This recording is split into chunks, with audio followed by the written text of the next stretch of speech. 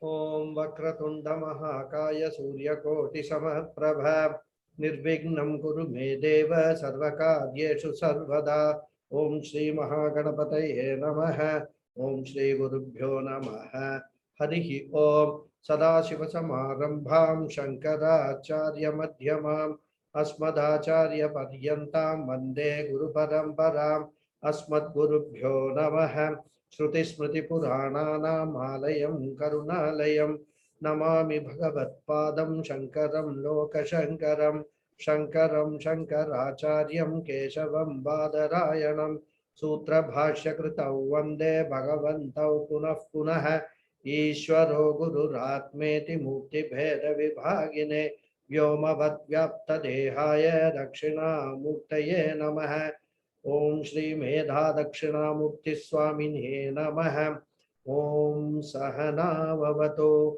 Sahana Bhunakto Sahaviryam Karavavahai Tejasvinavadhitamastu ma vidvishavahai Om Shanti Shanti Shanti Harihi Om Shri Gurubhyo Namaha Harihi Om Namaste Satchidananda Rupaya Krishnaya Klishtakarine Namo Vedanta Vedyaya Gurave Buddhi Sakshine Krishna Dvaipayanam Vyasam Sarvalokahite Ratam Vedabja Bhaskaram Vande Shamadhi Nilayam Munim Sahasramurte Purushottamasya Sahasranetranana Pada Baho Sahasranamam Stavanam Prashastam Niruchyate Janma Janadi Shantyai. Namaste, all of you once again. Namaste, Guruji. Namaste. Namaskaram. Ellarkum namaskaram. Namaste, Mahodaya. Harihi Om. Harihi Om. Namaste, Guruji. Namaste.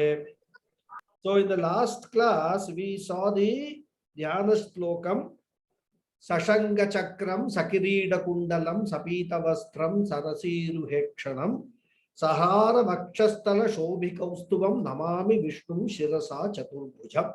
So that Dhyana Shloka we saw. Now there are only two more Dhyana Shlokas left in the Vishnu Sahasranamam before the Sahasranamam starts with Bhashya.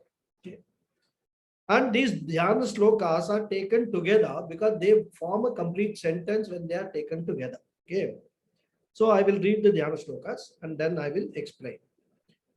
Chayayam parijatasya hema simhasanopari Ashinamam budhashyamam ayatakshamalankritam Chandrananam chaturbahum srivatsankitavakshasam Rukmini Satyabhamabhyam Sahitam Krishnamasraye. So this some of the ideas are repetition from the earlier Dhyana Slokas, but anyhow we will see the meanings very quickly. So the main sentence is Aham Krishnamasraye. I am taking refuge in Lord Krishna. See, here in this sloka, the beauty is Krishna has now come in place of Vishnu as the avatara. Krishna avatara is now being offered it is being visualized here in this Dhyana sloka. Okay. So I surrender, I am taking refuge in Lord Krishna. Ashraya basically means what we all know commonly as Sharanagati. Ashraya, okay, surrender. So I surrender to Krishna.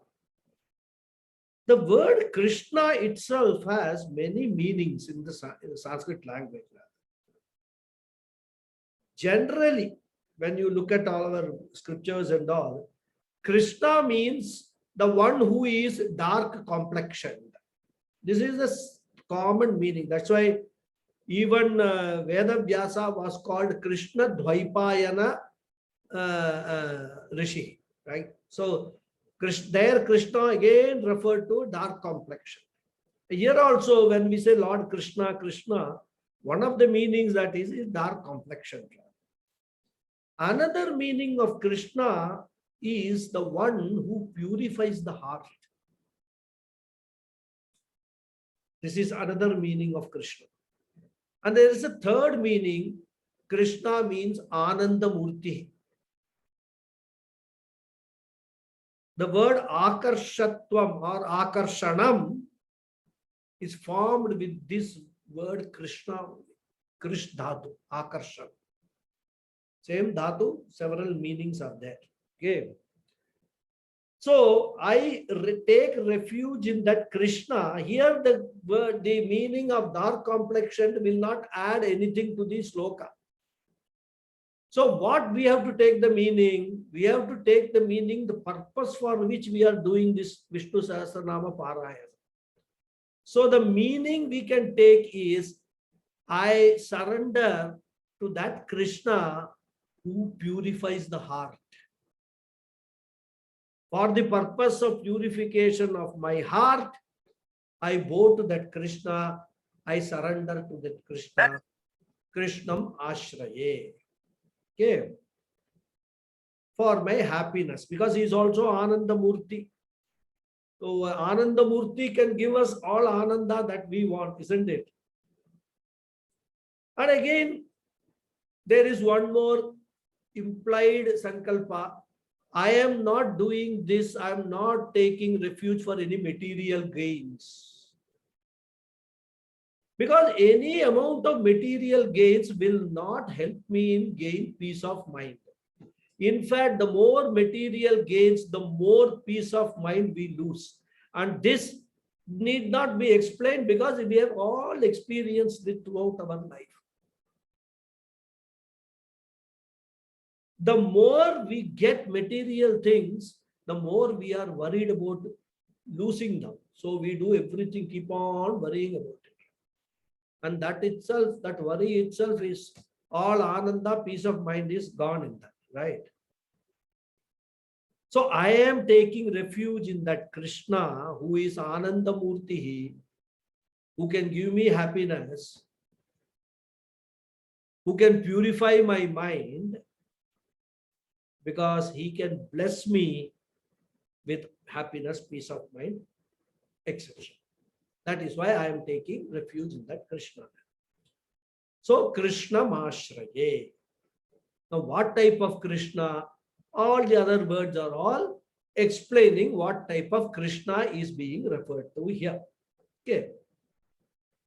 Chayayam parijatasya hemasimhasono pari asinam Krishnam Ashraye. This is how the sentence should be read. In the poetic meter, they have put it, the words are different, but when we read it as prose, this is the order.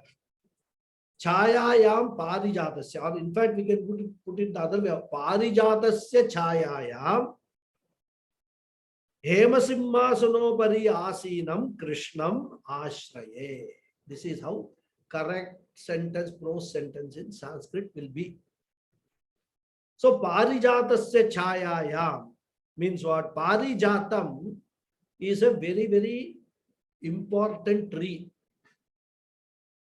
It's also called Kalpataru, Kalpavriksham it is called, this Parijata tree. It's there in our Puranas and all that. In the scriptures, this reference is there. Whether such a tree exists today or not, we don't know. Because this tree is supposed to be a wish-fulfilling tree. So whatever you ask, the tree will give you. Not just fruits. Anything that you ask, the tree will give you. That is the Parijata tree. Okay. So Parijatasya chayaya means, chaya means shade. Under the shade of this Parijata tree, this Kalpataru, Kalpavriksha. Asinam means sitting. Right? So, where is he sitting? Hema Simhasano Upari. Hema Simhasana means a golden throne. So again, we saw right in the beginning, one imagery, one visualization of Lord Vishnu sitting on a pure white silver throne or something. Yeah. All pearl and everything. Here a different imagery. Krishna is sitting on a golden throne. Hema Simhasanopari Asinam. Where Parijatasya Chaya. So you can just visualize. There is a Parijata tree. The shade of the tree is there. Under the shade, in the shade of the tree, there is a golden throne on which Krishna is sitting. This is the imagery that comes. Okay. Simhasanam, as we all know, is throne. Hema is gold. And this throne, if you have seen in movies and all that, normally these throne, the armrests which are there are two lions are depicted as armrests. And that is the Chakravarti, the supreme lord of the world. He can occupy such a Simhasana. That is why it is called Simhasana. Because there are two Simhas in the throne, in the armrest. So when he is majestically sitting there, Simhasanopari, Lord Krishna is sitting. And that itself shows the power, displays the power that he has. Because lion is supposed to be the most powerful animal in the jungle, right? So here also symbolically the power is shown through that Simhasana, sitting in the Simhasana.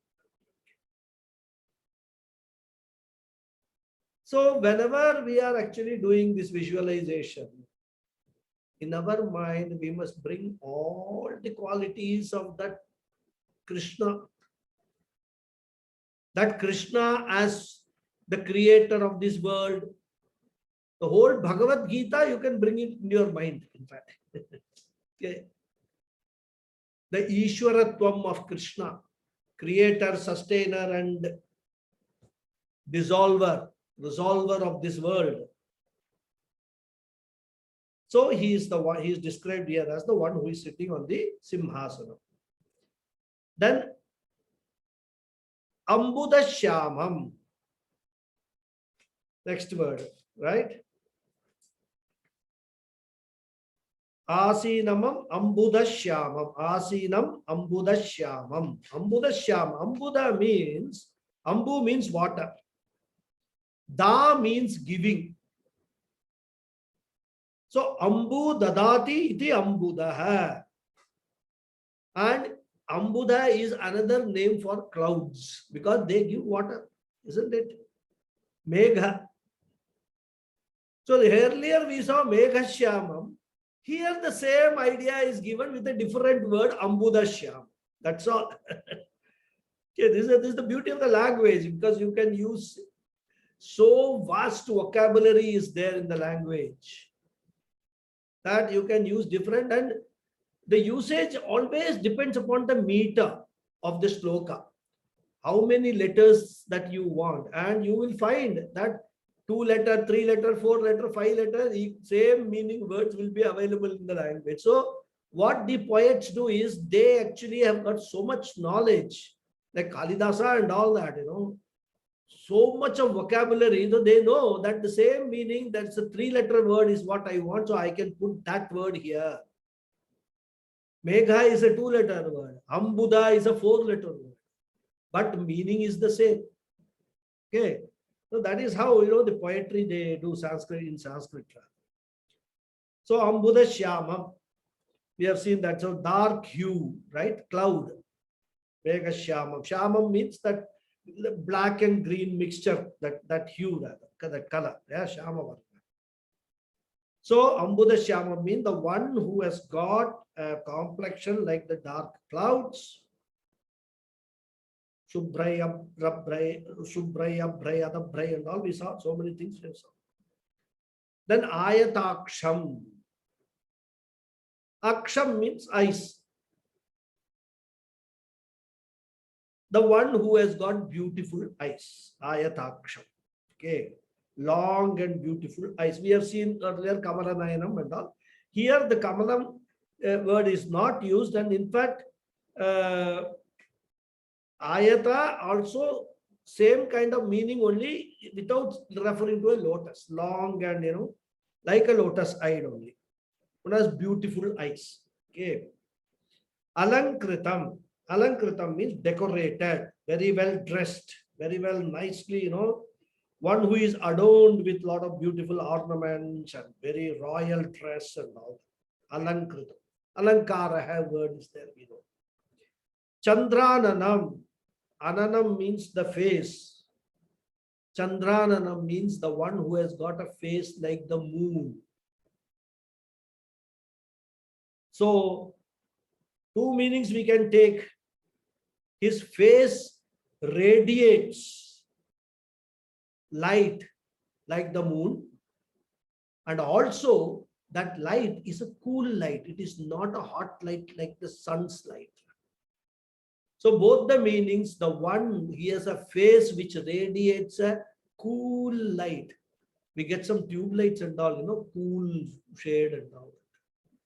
Like that, cool light. The moment you don't get scorched by seeing Krishna. In fact, so pleasing and so cool. That is the Chandranana. Okay. Chaturbahum, 4 hands. Again, we have seen this also earlier, right? And even all Krishna's photos, even in the photo of Guru Ayappan and all, we can see these 4 arms, Chaturbaha. And in the 11th chapter of Bhagavad Gita also, Arjuna wants to see the Vishwarupa of Krishna. He requests, show me your Vishwarupa. And Krishna shows the Vishwarupa. But after seeing all the gory details of that Vishwarupam, Arjuna is scared. He no longer wants to see the Vishwarupa. That is what is Ishvara is. All good things, all bad things, everything. Past, present, future, everything he shows him. In fact, Arjuna sees that Bhishmacharya, Dronacharya, all going into that Krishna's mouth. Krishna has Vishwarupa in the mouth and getting completely crunched by the teeth. He just can't bear those sight. So he tells Krishna, please, Krishna, come back to your original form. Stop this. All this you are showing me, even though you showed me because I requested. Okay. So he asks him to return to the original form, and he uses this word, Tenaiva Rupena Chaturbhujena Sahasrabaho Bhava Vishwamurte. Right? So you come back from all this Sahasrabaha you are showing me thousands of hands. Please come back to that form of yours, which is having 4 arms. That I like. I don't want to see this 1,000 faces, 1,000 this thing and all that. I don't want to see. I'm really literally scared. So there also, there is a mention of Chaturbahu for Krishna, right? As a form.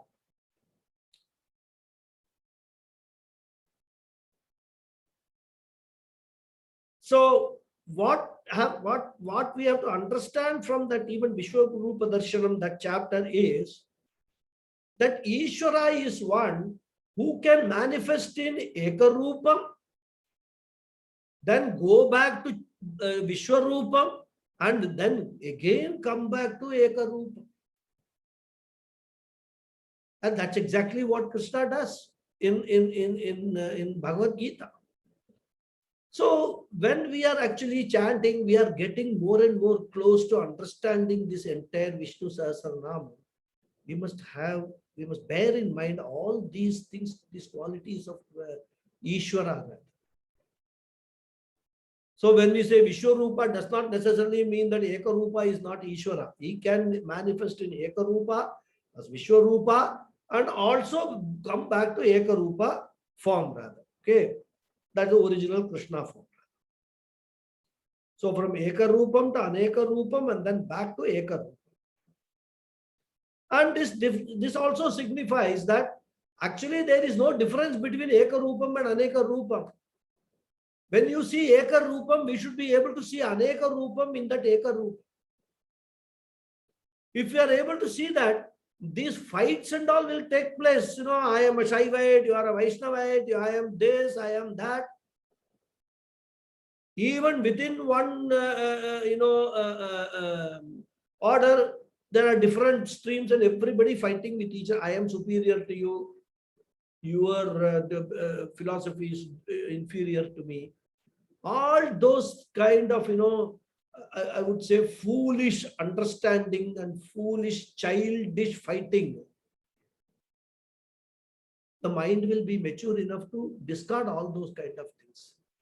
Because every rupa is Ishvara's rupa only. We need to carry that thought in our mind always. Okay. So these are all helpful for our visualization, basically. Then Sri Vatsangida Vakshasam. This we have seen, Vakshasam, that is in the chest, Sri Vatsangida, that mole in the chest, which I described, Sri Vatsam mole. He has got that in the chest. Vishnu also had, Krishna also has. So that means what? Avatara of Vishnu. Okay. So Sri Vatsangida Vakshasam. Then Rukmini Satyabhamabhyam Sahitam. Sahitam means along with. So along with whom? Two consorts. Rukmini and Satyabhama. Both of them. No partiality. Right. Krishna Mashraye. In such Krishna, I take refuge. I surrender to such Krishna. So the meaning of this sloka is, I surrender to that Krishna who is seated on a golden throne under the shade of a parijata tree, whose complexion is dark like the clouds, the rain-giving, water-giving clouds, who has beautiful eyes, and who is adorned with a beautiful dress, ornaments, etc., like a royal, and who is sitting on a Simhasanam, a golden throne. So I surrender to that Krishna who has got four arms, Chaturbhujam, whose chest is marked with Srivatsa, and who is sitting along with Rukmini on one side and Satyabhama on another side. Such a beautiful imagery you can visualize in your mind before you start the Vishnu Sahasranam. If you go through these dhyana slokas, you get totally immersed in that. That is how the Vishnu Sahasranamam should be told and recited and enjoyed. We can't do Chayayam Parijadasya Hema Simhasanopare Ashinamam Buddhasyamam Ayatakshamalankritam Chandrananam Chaturbahum. What did you say? Sri Vatsangida Vakshasam. This is not Vishnu Sahasranamam chanting. This is what all of us do. We will never ever go to sit in prayers without our cell phone. And our worry is always somebody is calling. That person who is calling becomes more important to us than chanting Vishnu Sahasranamam. So we will stop Vishnu Sahasranamam, pick up the call. This is what we practically do. And then we say that I have been chanting Vishnu Sahasranamam for the last 30 years. Nothing has happened to me. I have not got any benefit. What benefit you will get if you do Vishnu Sahasranamam like this? Why do they give these dhyana slokas and all that? Dhyana sloka means go into a meditative state. Nothing should disturb you.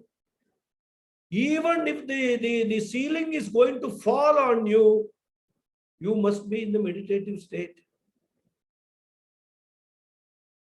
That is how Vishnu Sahasranama, or for that matter, any puja, anything needs to be done. It used to be done in the previous yugas. Only in Kali Yuga, we have got so corrupted that we just mechanically do something and expect super results for that mechanical doing things. It will never come. So we have to understand this, the purpose of these dhyana shlokas, how we have to actually appreciate that Ishvara. The more we appreciate Ishvara by going into meditative state, the more Ishvara we are bringing it close and close and close to our mind. And when that comes so close to the mind is when the purification will happen. Ishvara, he spreads into your mind, he will remove all the muck which is there in the mind. The thought of Ishvara will remove it, clean it. Okay. So now this is the dhyana slokas is complete. Now after the dhyana sloka, when you are doing a formal Vishnu Sahasranamam Parayanam and all that, there is a what we call the Panchopachara Puja which is offered. Not everybody does. It is not there in most of the books rather. But this is the paddhati. This is the sequence in which actually it should be done. And this is Panchopachara Puja is a purely a Manasa Puja. Because before singing the praise of the Lord, there is this Dhupa, Deepa, Naivedyam and all is supposed to be offered to the Lord. Then there will be a Mahanaivedyam at the end after we finish the Vishnu Sahasranama chanting and all that. But here there is a Panchopachara Puja which is offered. So I will just tell you what that Panchopachara Puja is. In fact, if I remember, one of the students, I think Premaji, referred to this in one of the classes earlier. So that I explained that at that time only as Manasa Puja. But today, because there was no context for that. Here the context is there. Before we start the Vishnu Sahasranamam Parayanam, this Panchopachara Puja is offered. And as I said, Bhavana Rupena, only we conceive that offering as a sentiment and then offer it. There is no physical offering of any of these things. And there is also a mudra which we do. We actually do like this, for each of the mantras, we do like this. So first one we say, Lam Prithivyaatmane Vishnave Prithivyaatmakam Gandham Samarpayami. So the thumb, we just use the thumb. Gandham Samarpayami. I am offering sandalwood paste. Then Ham Akashatmane Vishnave Akashatmakam Pushpam Samarpayami. After I am offering sandalwood paste, I am actually offering Pushpam. All Bhavana. Then Yam Vayuyatmane Vishnave Vayumatmakam Dhupam Magrabhayami. We show Dhupam. Okay. This is the third incense. I am offering incense of Dhupam. Then Ram Agniyatmane Vishnave Agniyatmakam Deepam Darshayami. This finger, the ring finger. So I am showing the Deepam, offering the fire itself to Lord Vishnu. Then Vam Amritatmane Vishnave Amritatmakam Mahanevedyam Nivedhayami. So here we actually offer little bit of water, 1 spoon of water or something like that. Or even if you don't do that, it doesn't matter. You can do Naivedyam Samarpayami. So like that, what we are offering to Lord Vishnu, the Panchabhutas we are offering. Means what? Everything that is there in this world I am offering to you, O Vishnu. Akasha, Vayu, Agni, Apa and Prithvi. Panchabhutas we are offering. Naivedyam is taken as Prithvi Atmane, Amritatmane, right? So the beauty is in this offering, everything belongs to Ishvara only. And we are offering it as if it is ours. Isn't it? Such a funny situation. There is nothing ours. We cannot offer anything else. So what we offer is what is his only. right? In fact, I am reminded, I don't know how many of you know this bhajan is there, you know, Jaya Jagadisha Hare, which they, North India and all that, they sing this, this Arati bhajan, Jaya Jagadisha Hare, right? In that there is one line, Tera tujko arpan kya lage mera, Om Jaya Jagadisha Hare. So Tera tujko arpan, what is yours? I am giving it to you only. I don't have anything to give else, anything else to give. That is the same idea here in this Panchopachara Puja comes out as a puja. So this is the Panchopachara Puja. Then, okay, Prithvi, I have not finished that. Some Sarvatmane Samastopachara Pujan Samarpayami. Okay, so then yeah, that is done. And then some people do the Digbandaha at this stage. Earlier we have seen Digbandaha, but here, there they don't do it. But here, after offering the Panchopachara Puja, they do the Digbandaha. Rutu Sudarshana Kala iti Digbandaha, Shri Vishwarupa iti Dhyanam, Sri Mahavishnu Prityarte Sahasranama Jape Viniyogaha. So, with this, the Vishnu Sahasranama Purva Bhaga is complete. It has taken 31 classes for us to complete the Purva Bhaga. Of course, many of them we have seen along with the Bhashyam also, Adi Shankara's Bhashyam, which was very useful in understanding about what this whole Purva Bhaga of Vishnu Sahasranam is about. Because the Purva Bhaga is setting the entire background or laying the foundation for the 1,000 names for of Vishnu in the Sahasranam. Okay. So now we will move on to seeing the meanings one by one. But before that, there is something. One second.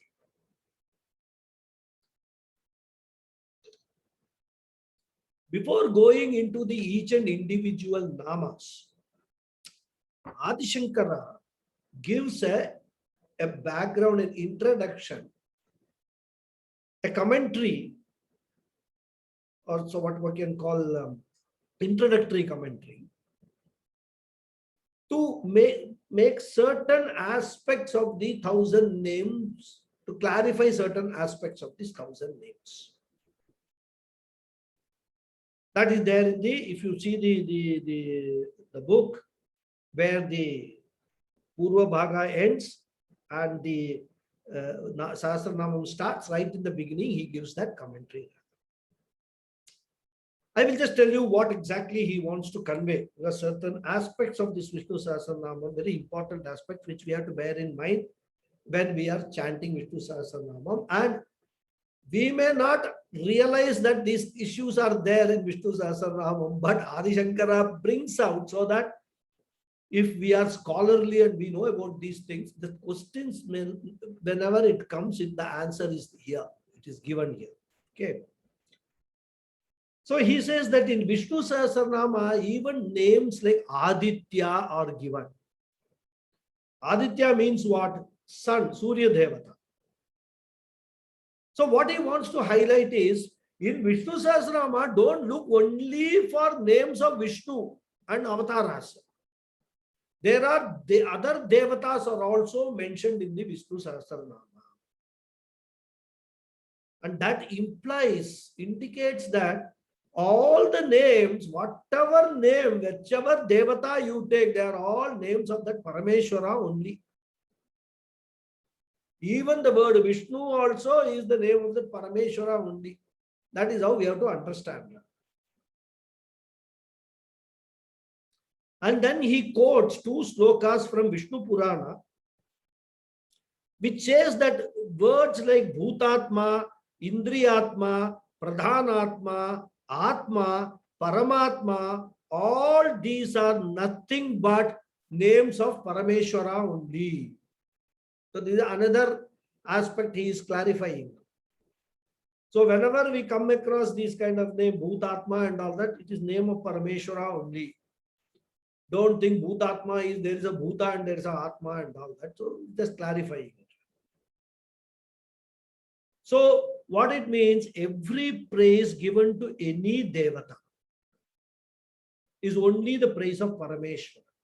Whenever we are singing the glories of any individual Devata, we actually are singing the glories of Parameshwara only. Whenever we are offering any namaskara to any Devata, we are offering our namaskara to Parameshwara only, that Keshava only. Isn't it? So even if you worship your Ishta Devata, your Kula Devata, you may have a Upasana Devata also. So many Devatas are there which you like for some reason. There is a special attachment towards a particular Devata. Even when you are worshipping that Devata, what you must bear in the back of your mind is, I am worshipping Parameshwara only, the all-pervasive, the Paramatma. I am worshipping that only through this form. This is only a medium. This is only a what I can say, a carrier through which I am worshipping that Parameshwara. Whenever we do Homa and all that, Agni, when we offer, that offering also different Devatas. Ultimately what? Offering to Parameshwara only, because he is the only one. There is only one Devata. Devatam, Daivatanam cha, we saw, right? Who is the Devata of all Devatas? Then he goes on to clarify that even all the luminaries in the sky, the sun, the moon, the stars, they are all, etc. They are all Vishnu only, because they are all forms of Vishnu. The 14 worlds are Vishnu, 7 up, 7 down worlds are Vishnu. The forests and jungles are Vishnu. Mountains and the 8 this Ashtadik, that eight quarters, eight the directions, they are all Vishnu. Rivers, oceans are Vishnu. So in short, whatever is or is not is Vishnu alone. Directly we can connect to the Sat aspect. Whatever exists is only Brahman. Whatever, and that Brahman is what? Satchidananda Brahman. And what is Vishnu? Vishnu is that all-pervading Brahman. Name of that all-pervading Brahman is this Vishnu, whom we have actually kalpita in the form through these dhyana slokas. That is our artistry. We have our accomplishment. We have given a form to a formless Brahman. Contribution of humankind. We have given a form to the formless Brahman. Okay. Then he quotes from Bhagavad Gita. And he says that in various places also, Bhagavan Krishna gives the same message. He says, Adityanam aham Vishnuhu. So there, the difference between Vishnu, Krishna, Aditya, everything is removed. Right? And that Adi Shankara points out. So even there, Bhagavad Gita also is saying the same thing. So when Yudhishthira asked that one Devata who is to be, who is spoken about, all these 1,000 names of Vishnu point out about that one Devata, point out to that one Devata alone. Even if there are more than 1,000, there are 10,000 names also, if you take, they will again all be pointing to that one Vishnu only. Because in Vishnu Sahasranamam, we will find the names of individual Devatas also. We must not start thinking, oh, in Vishnu Sahasranamam, why this Devata is mentioned. A lot of people will still, they naturally, I mean, I'm not saying it in any form. We are all, sort of oriented towards this kind of thinking only. That is why when we go to our altar or, our puja room, We have got so many photos of so many gods. If we come to realize that all these gods are only one, and that one is without any form, you will remove all the photos, still sit in the puja room. That space which is there is Vishnu. The lamp, Agni, which is there in the lamp is Vishnu. The water which you are kept there for doing the Naivedyam is Vishnu. You don't need any form at all to pray. That's why Vishnu Sahasranamam, if you understand all these things, anywhere you can sit and do Vishnu Sahasranamam. What matters is you and your mind. Nothing external matters so far as Vishnu Sahasranamam Parayana is concerned. Okay. And that is exactly the message which Adi Shankara wants to bring out. He wants us to realize. Don't get into his parochial thinking, oh, this Devata's name is mentioned in Vishnu Sahasranama. Why should this Devata come and, what we can say, corrupt the Vishnu Sahasranama? He says that Devata also is Parameshwara only. So don't make any differences. Okay. Then he deals with one particular very, very important issue relating to scriptures, scriptural literature. And that is what is called Punarukti Dosha. See, in scriptural literature, if you repeat an idea or repeat a word, it is considered to be a dosha. You are not supposed to repeat it. Even in English language, if you go strictly by grammar rules, in a paragraph, you must not repeat the word unless it is a participle and all that. Certain words, nouns and all, you should not repeat. So people use the same trick. Different words they will use for the same meaning. But in Sanskrit, in our literature, this is a very important Punarukti Dosha, it is called. So if they find a repetition in any form, they will reject it. That is the Vidwans, they will reject that literature. That literature will be rendered invalid. So in Vishnu Sahasranama, this issue will come. There are many words which have the same meaning.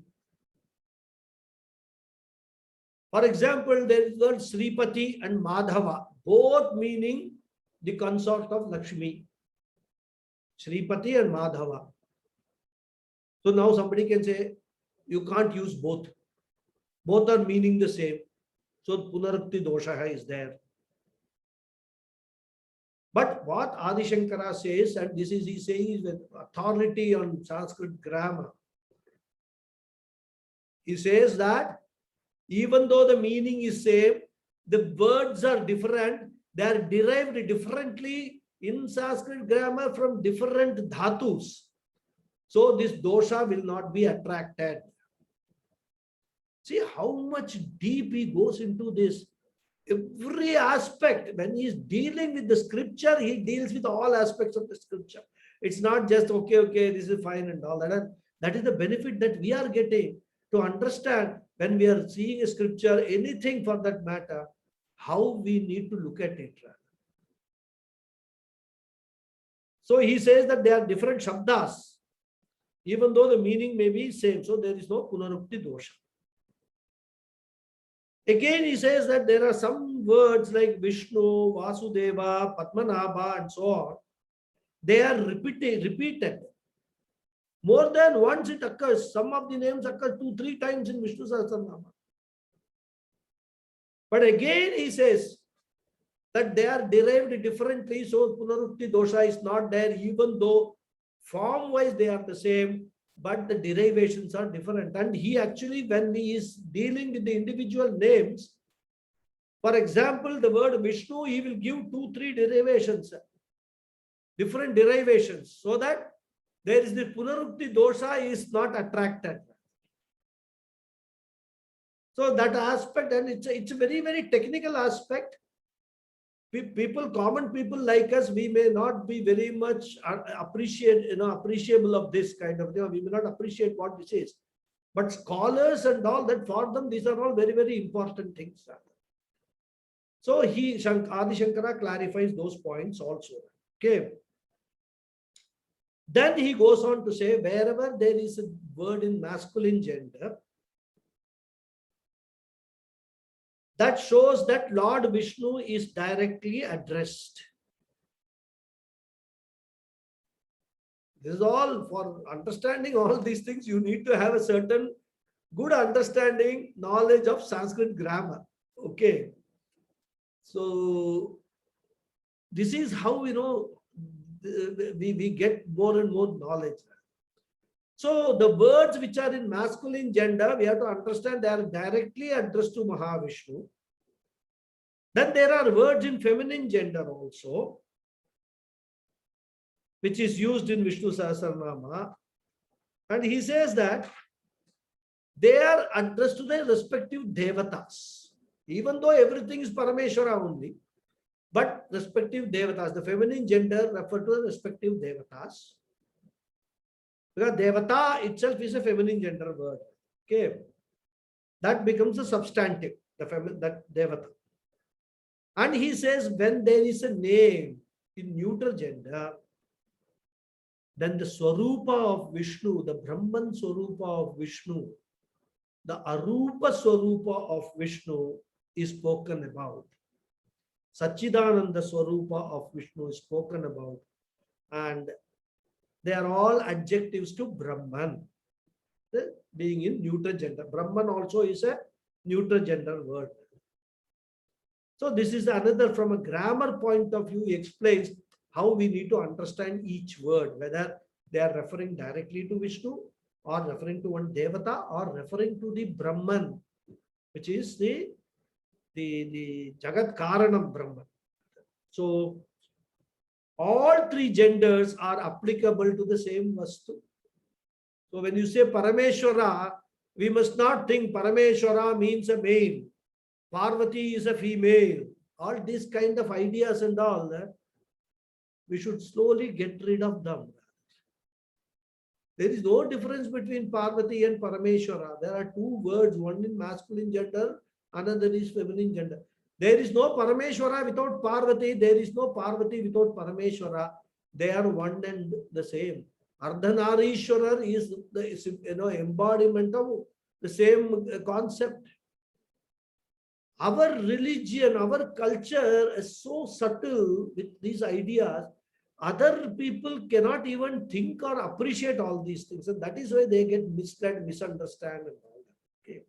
Even for us also, we don't understand all these things fully unless we study something, some text like the Vishnu Sahasranamam with Shankara Bhashyam. And as I said, these are all final Sanskrit technical points relating to Sanskrit grammar. So that much is enough for us. Don't need to go into more detail. So now let us get into the first sloka of Vishnu Sahasranamam and start looking at all the names, understanding the meanings of the names. Okay. Harihi Om.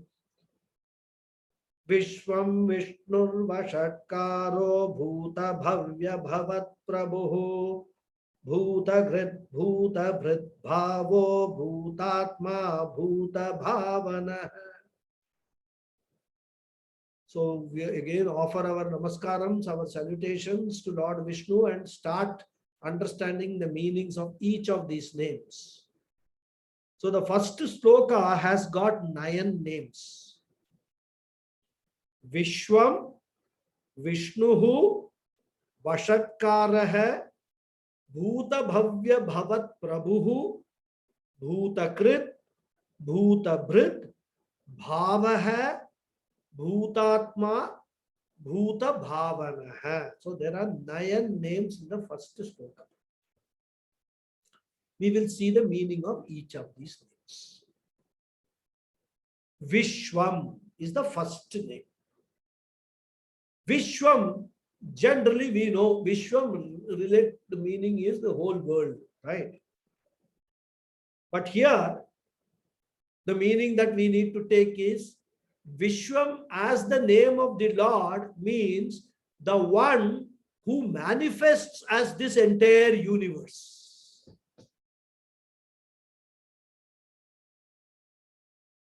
Because whenever we are talking about the universe, we are not talking in terms of matter, material, and all that kind of stuff.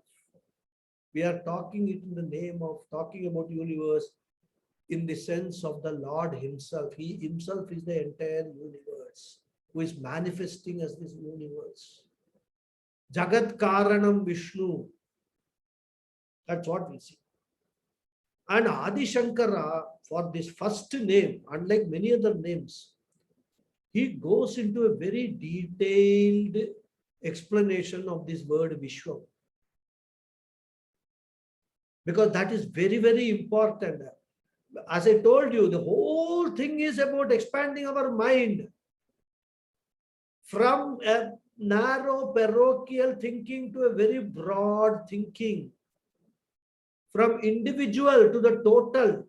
Take our mind, make it broad as this universe is.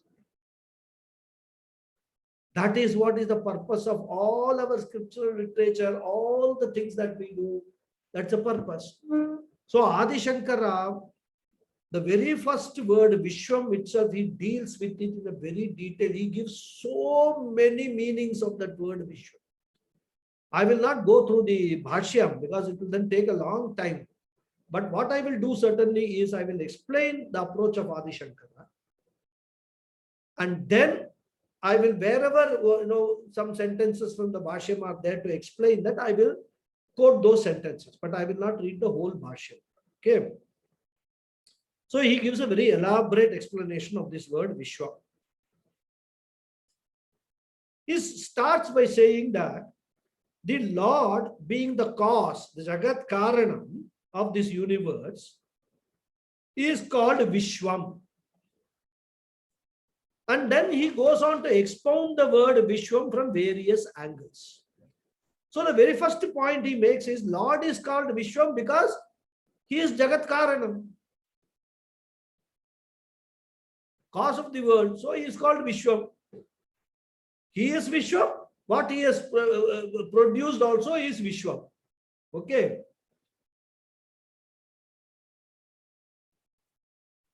So if you recall, in the verses starting from Yatasarvani Bhutani, Brahman was pointed out as one Devata.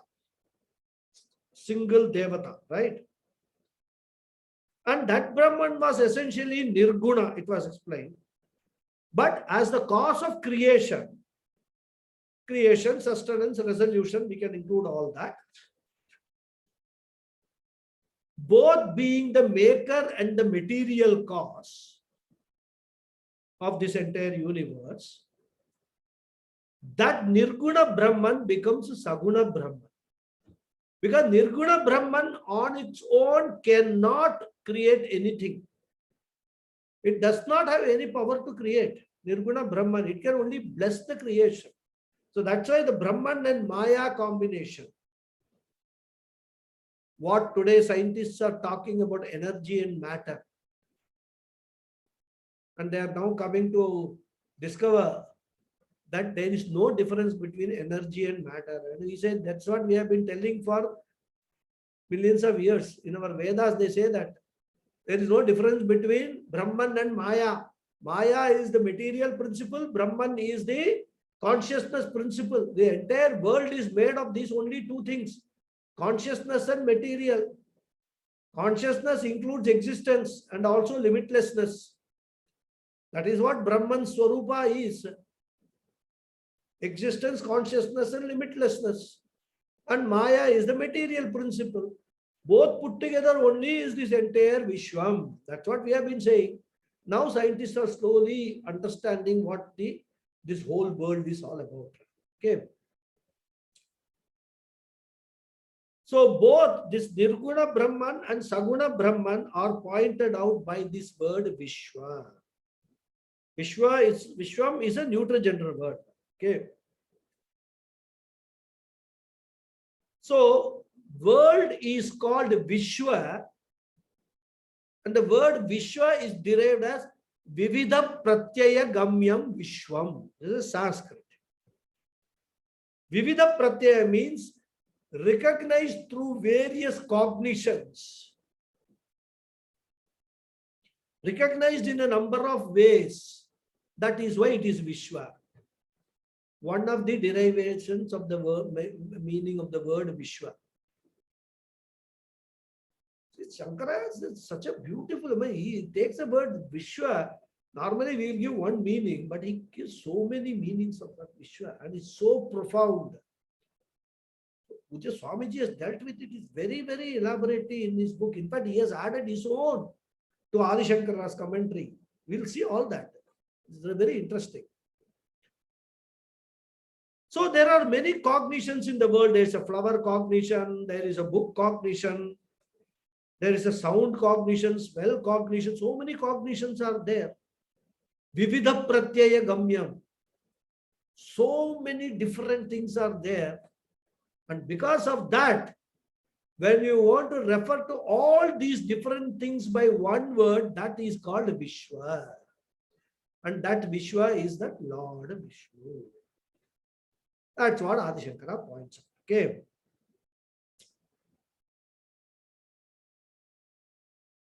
Because there are some sounds which we can hear, there are sounds which we cannot hear, but there are other animals, they can hear those sounds which we cannot hear. So it is not only that which is manifest for us, which is unmanifest for us also, but manifest for some other living beings. Everything is included in this word, Vishwa. Okay. So all sounds, touches, forms, tastes, smells, known, unknown, everything comes under Vishwa. All the objects of our thought are also Vishwa. So the entire world is Vishwa. And it also includes one's own body, mind, sense complex. So basically what it means, there is another word which is called Sarva. Sarva means everything. So Sarva is Vishwa. We just can understand it in a very simple way. Everything. Everything means what? Means everything. Known, unknown, experienced, not experienced by us. Everything but exists is Vishwa. Then he goes on. He says, Vishwasya Jagata Karanatvena hi Vishwam iti uchyate. Pujya Swami says that when we say a shirt,